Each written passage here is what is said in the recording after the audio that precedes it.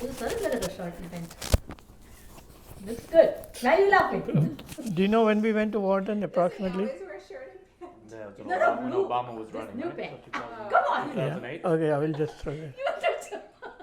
You could just अच्छा तुझे pant में शर्ट सारस लगे तो तो isn't it always wear short and pant? Yeah, well, she's right. That means you can't. You can say this shirt is good, but तुझे shirt में सारा लगे तो well, okay. Because that's it. तुझे सारस लगे तो it's short. Okay, whatever. So he doesn't even always wear short and pant. Yeah, I mean, Hey, Monica, sometimes we. I won't allow you to come if you do something. Okay, Bhavin always look best. How about him? Does he always wear shirt and pants? I don't care about that. I don't check everybody's pen. Oh, yeah. You want to buy a statue? Does he always wear Done. shirt? जब Trump ने मस्त करो तो मैं fine There's a gallery right in Jersey City, right where the Indian street is.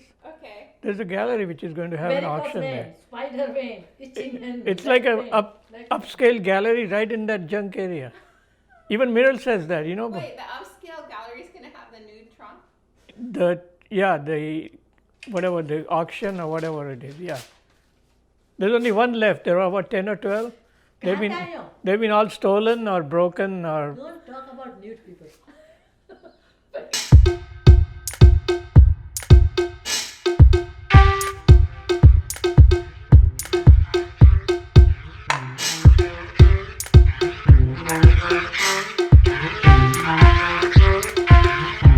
Great respect and love. I honor my heart. My inner teacher. Namaste. That's yoga.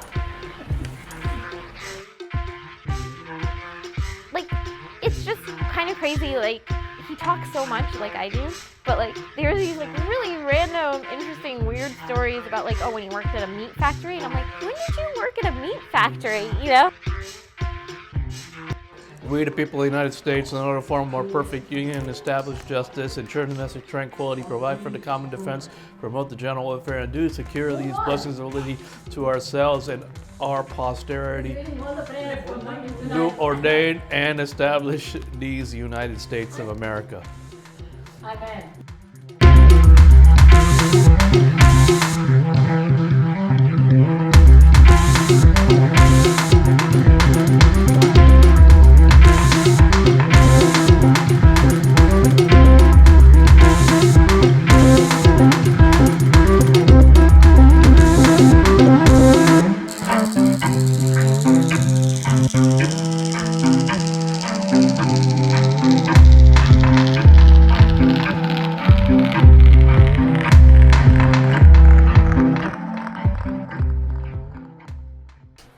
Flip your job.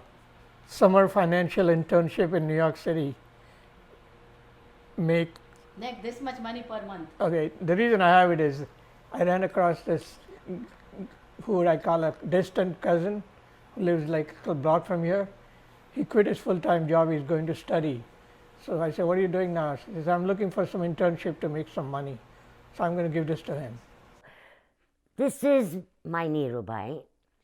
Well, I remember this so distinctly, no matter where, whether it was Chapati Beach, What Chapati Beach? Two beach. any one of the street vendor food is usually given in old newspaper. And that's how, so he would eat that, open the piece of paper and read it. There's not an iota of truth in that. Inevitably, always, every time. Who said that? Who said that? My sister?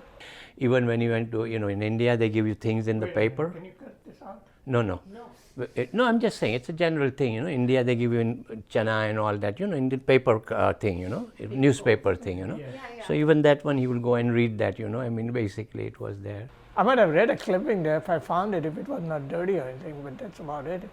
And we can all laugh, but that's why he's like a depository of all kinds of knowledge. Hey, on average, how many clippings would you have? Nothing. How many? Oh my God. Yeah, I'm going to sue you guys. What? Now go back to something else. T-shirt. Go back to the weather or something. Dad likes to cut out newspapers, right? Every time. He has nothing else to do. So when will you be? And sometimes he will just put it by hands and do it like that. When will you be happy? How should he do it instead? now. Every time he comes, even though now I'm so busy with Arjun, there's like a stack of newspapers at the door. Not stack, cuttings. And on the one hand, and it's in an umbrella bag, it's in like just a weird setting, and I'm annoyed because I'm like, what is this junk like sitting out here? But then you go through it and it's like so, you know, it's about Aziz Ansari, or it's about like this movie coming out with this woman with postpartum depression, like something he would never talk to me about. But somebody I- will give it to him. They want to be interested. then you I just give sometimes destroy it. things about the kid to the kids and all that to me or something. One day she's going to say, stop giving it to me, and then I'm going to stop giving it. This is, I saw this thing, this was in a magazine Vegetarian yogi that I picked up at the pharmacy when we went. with a pink blouse. So vegetarian yogi. Also happens to be a dog lover. So I thought, Indira likes anything about yogi or vegetarian or dogs too. Dog sleeping like ये कहीं करता तो है तो उनको बुलाओ. Like for you, like a book on dogs. Like, okay, maybe you don't need that book on dogs, but like he saw it and was like, Monica likes dogs. Adorable disabled dogs are starring in a book. That's about it. Are staring in a book. Starring. Oh, I said staring. I said meant starring. Okay. You okay? I'm okay. I'm just Thank giving you. this to Arjun to Thank God you are here to. Zoom. And this is the last one. Azari. Bicharo. Portraits of dogs that are perfectly imperfect. Why they are writing that? They're Perfectly imperfect. And they are disabled, right? because they are disabled. That's why. They are good dogs. Otherwise, they get. And he'll do that for everybody. He will like remember what you're interested in and always be thoughtful of that. And he won't give it to you in a nice way. Like he'll give like our doctor friends, like it'll look like it like came in the trash, you know, and it'll be like so embarrassing for me. But you know, like they open it and they're like, oh, I'm gonna look into that. This is first time, Bhavan, no lie, that I got newspaper to read from first page to last page without anything missing in it. Otherwise, if it goes to him and then he says, okay, I will give you, half of the pages are missing, you know, and interesting pages sometimes are missing. So I was so thrilled to read a newspaper from Bhavan or Niru Bhai without anything missing in it from first page to last. And now you can have it, my brother. And you can rip anywhere.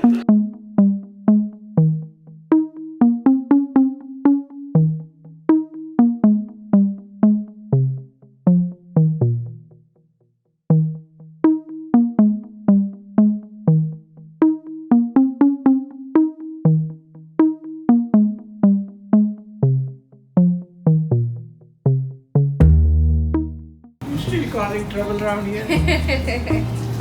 How are you? Awesome. Haven't seen you in a while. I know. Everything's okay? Yeah, more or less. Awesome. It's $2.89, honey, okay? Okay. I don't need a bag. No? I'll put it in the back for you.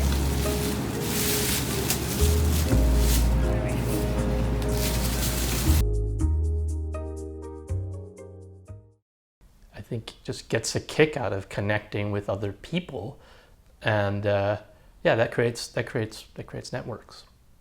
But on that point, I mean, I think if I may, I mean, I think that's an important thing about him, and explains a lot of what my dad does, which is he likes connecting with other people, not at all for strategic purposes or with any particular goals in mind. He just he enjoys doing it, and if you're interested in something, like he enjoys kind of helping you cultivate that interest, or even like sharing in that interest by kind of in his own way, even if he doesn't know anything about it. And that relates to all those newspaper clippings. I personally had never met Niru Bhai until I came to the States and many years later. However, when my dad passed away in 2015 and I was with my mom, Niru Bhai sent a beautiful letter. I mean, I was shocked that the guy passed away. And my mom showed it to every guest who would come to offer their condolences. And she was very proud of the things he said. I grew up with the guy. He was a little bit older than me, 3 or 4 years older than me. We used to go visit his house in Santa Cruz. And what amazed me was all the details he remembered.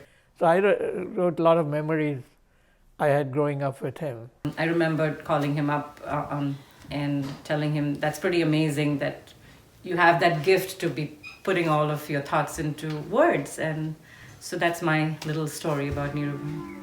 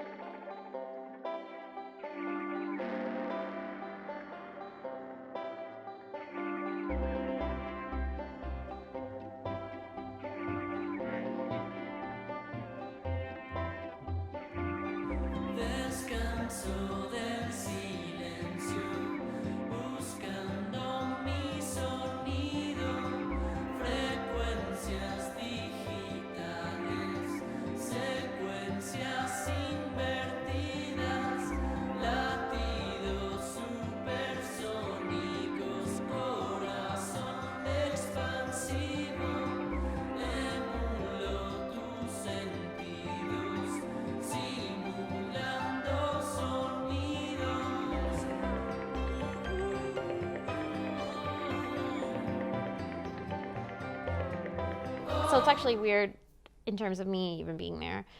Bhavin was giving a talk at Wharton, and not only giving a talk, but like, or I guess moderating a panel. And it was on like Indians something in business. I don't think I really wanted to give the talk, but I did on the condition that my dad was invited. Then Bhavin brought Daddy as his plus one, which Bhavin was already like, I think people were surprised I brought my father as my plus one. And the ex-president of India was a keynote speaker there. So we were there 2 days. Wow, one and Nanda, Lal Bahadur Shastri. No, okay, no.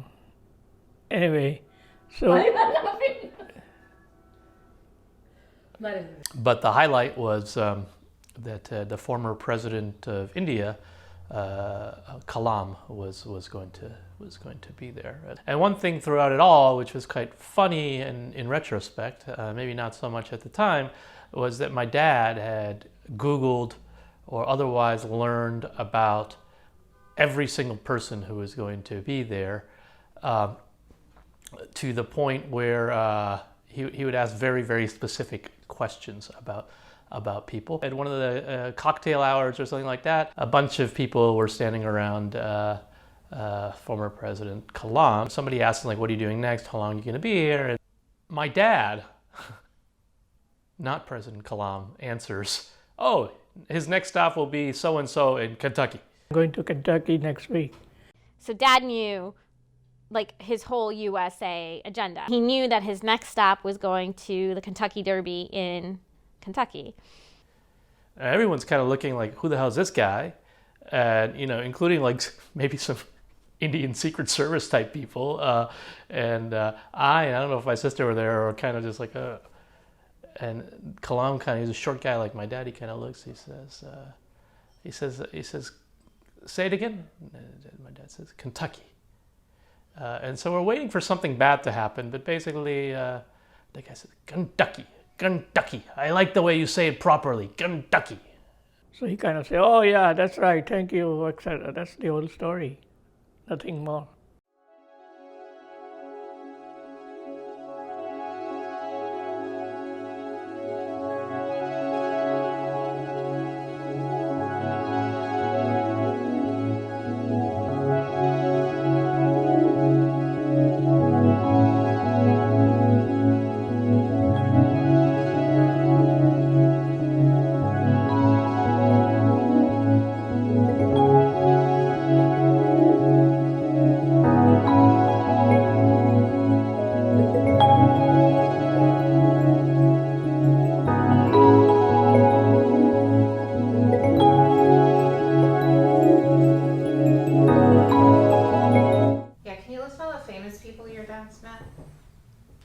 Define famous. The guy at were in. Dr. Kalam, former president of India. In India, I know the Italian. No, he wasn't the president though. He was like the former head of Alitalia Airlines. I think another former president or prime minister, and the guy like died 2 days later. His name was Mr. Lal Bahadur Shastri. Shastri means scholar. But what year was that? I don't even remember. Guy was shorter than me. Shorter than, yeah. I'd gone to New Delhi and I decided to just go for a walk. I just saw that the Prime Minister was there. And apparently India had just ended a war with Pakistan. The Russians had arranged a meeting with this guy, Prime Minister, and the President of Pakistan in a neutral place in Tashkent, Russia. Tashkent is Uzbekistan. So they got together, the guy became like a peacemaker or whatever. And they apparently did sign an agreement to stop the war and all that. And 2 hours after that, the guy just died of a heart attack.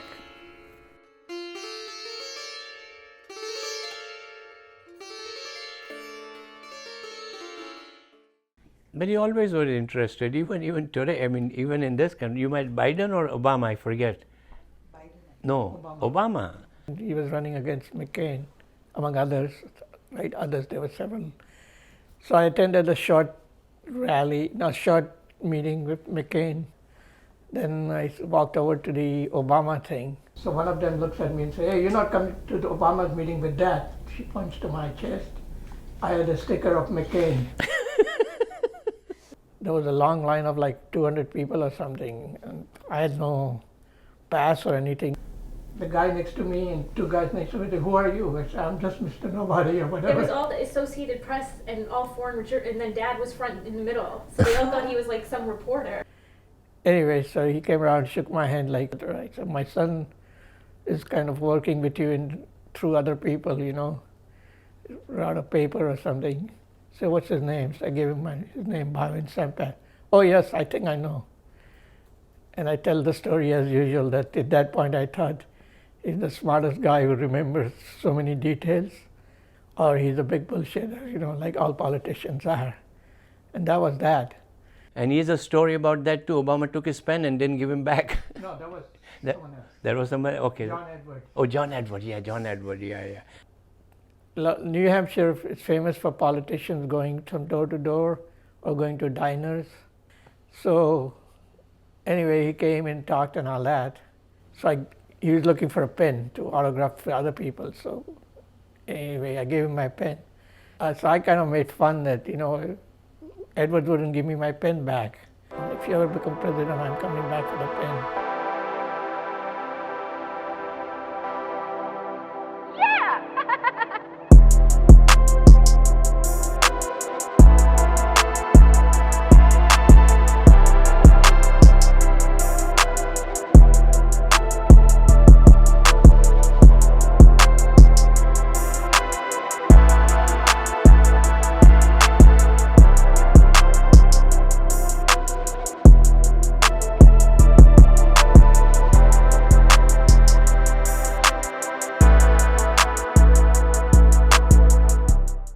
So Dad, to me, is a semi-hoarder, could even be classified as such, and just collects things and can't throw things away, and especially newspapers, but also he's a little cheap, so free things. Well, my dad's a messy dude. And so I think somewhat ironically, we gave him the Marie Kondo book, The Life-Changing Magic of Tidying Up. It's like a New York Times bestseller, and people are like, blah, blah, blah. And it's about like, everything should have like a magic to it. And if it doesn't, throw it away. It's really like decluttering to its max. One funny thing is, he actually told me he couldn't find it later. But the second one is, there was one day where I was trying to I don't know what, this is before Arjun was born, so I had more time, but I don't know, I guess I was kind of tidying up, and he had these things I was tidying up with Mural, and it was just so much junk he had, so much boxes, and drawers weren't properly utilized, and it was just so we just got rid of a lot of old stuff. And she was like, "Oh, your dad wants to throw these away," and it was like in a bin. And I was like, "What?" And it was a vacuum cleaner, two vacuum cleaners, one large and one small. And I was like, "What is it? Why do you want to get this rid of?" She was like, "Oh, your dad told me that your brother said to get rid of anything he hasn't used for 6 months." And it was the vacuum intérieur, cuir. Entre le SDF et le contrôleur du métro, ma bourse est délestée. À croire qu'ainsi vont les 20 juillet. Entre soif et la rica, entre soi et la roquette, je pense à fumer la moquette. Si seulement les SDF en avaient. Direction insistée, ouverture décentralisée. J'entame mon sandwich climatisé.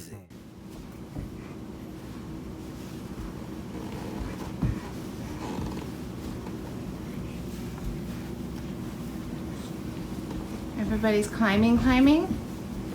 Everybody's climbing.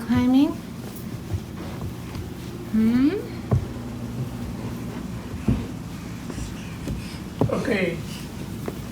Queen Elizabeth is going to send you congratulations, okay?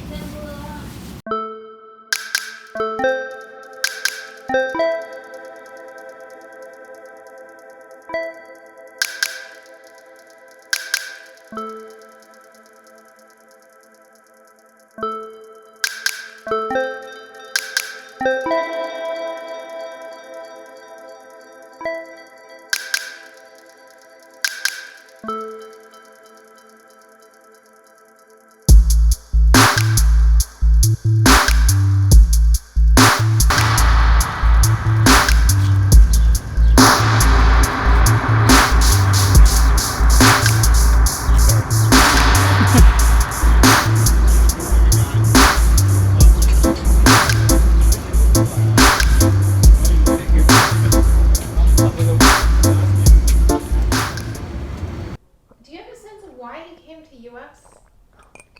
No. I don't know. What do you think your dad wanted in life? I don't know. He always liked to travel. Probably a lot of people come in the U.S. getting jobs, so he did that. I don't think there's any. I don't think there's any poetic explanation there. He just wanted to do something different, and the U.S. is where people went at that time, and so that's where he came. This is a little sad, but most of my other friends, they went on for advanced studies, either in UK or in India itself, or they joined their own business and all. And I was stuck for financial reason. I had to go work somewhere, and happened to work for a nice bank. I wasn't a very great job. I was like, in one sense, too overqualified for that job. But I worked there, and those were like very frustrating years, and that made me like dream of coming here, okay? But the odds were very, very against it, because once again, you guys may not understand this, but for engineering students and all, the government would give what they call foreign exchange. So you can take money, and I didn't have that engineering background or anything, but I kept my ears open. I found out that there's this one college handing out admissions to someone who just had high school degree, and for electronics, okay? Which college? It's called RCA Institutes. It's an affiliate of NBC, Radio Corporation of America. It was pretty good. It wasn't even a college. It was like RCA Institutes. I was pessimistic that that the visa people are going to say, "What the hell? You're a business graduate and you want to study electronics." I remember one thing. I had this admissions letter from the college, and I used to keep it in a drawer, and I would look at it every 2 weeks to see what's the next step? Is it ever going to happen? I go to the visa guy, and they were rejecting a lot of applications for no reason. They didn't have to give a reason. Even today, nowadays, they just say no, and there's no appeals or anything as far as I know. I started talking about the presidential elections which were coming up in USA. I talked to him about the Olympics games which are going to happen soon in Mexico. Anyway, he gave me the visa, okay. thank God, I don't know if I went to a temple and offered prayers. I'm not that kind of guy, but that was that. The very first time my dad arrived in the U.S. from India, he arrived at John F. Kennedy Airport with maybe 1 or 2 bags and very little money and no idea what to do next. When I came to the airport, I had no fixed plans, which is dangerous now that I think about it. Everyone has plans, they have a couple of people waiting for them. I called up this one guy, and it was funny. I knew him very little. He basically called him and was like, can you pick me up from the airport? Yeah, the guy basically said to me, in one way or another, man, you're lucky I'm home. He said, okay, why can you just wait here? I'll come pick you up. And then, so initially when Dad first told it, I thought it was crazy that Dad just didn't have a ride from the airport. But then Dad was like, no, I also didn't have anywhere to stay. I was like, oh, and then how long did you stay for him? Again, thinking 2 nights, 3 nights. He was like, oh, 2, 3 months. And I was like, you just stayed with this guy? Who was it? It was like a friend of a cousin. And yeah, and then I was like, well, what were you going to do? He was like, yeah, I had a plan A, but I didn't have a plan B, C, D. And I remember either that day or the next day, he made some really vegetable okra. How's it going? Thank you. Enjoy it.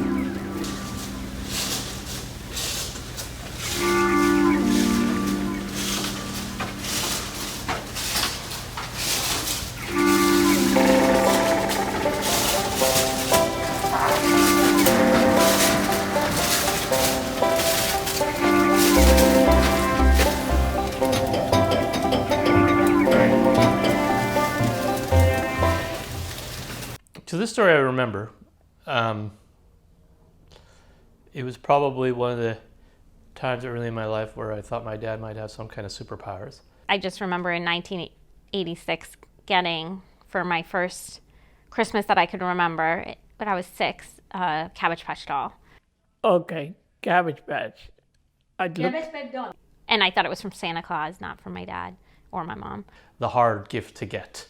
Like to the point where there was lines outside malls and riots and coverage by the local news about how so-and-so punched so-and-so to get the Cabbage Patch doll and nobody can get these Cabbage Patch dolls, blah, blah, black markets, all this kind of stuff.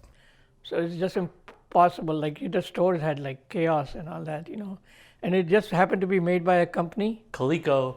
I knew that company was in Hartford, Connecticut, which is only like 40 minutes away, and he basically just went down to the company and got the doll. We couldn't afford, but I really wanted it, so he probably wrote a letter on plain piece of paper in bad handwriting and wrote something maybe funny and wrote something about how his daughter wanted it, and then I got a Cabbage Patch doll.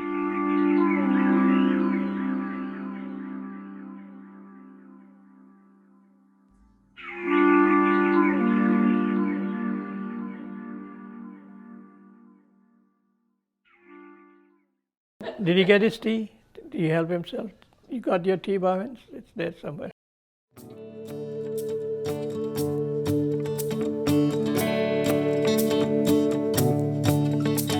And I don't wanna be left out at night when I can't see everything that ain't right. I don't wanna be a rodeo. She'll lasso me up and off we go. And I fell in love with Annalise. She is the only girl who's ever been nice to me.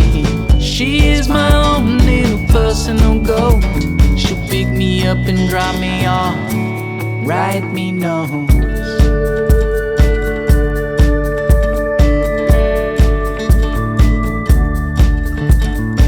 She don't want me writing telegrams. I'll spill on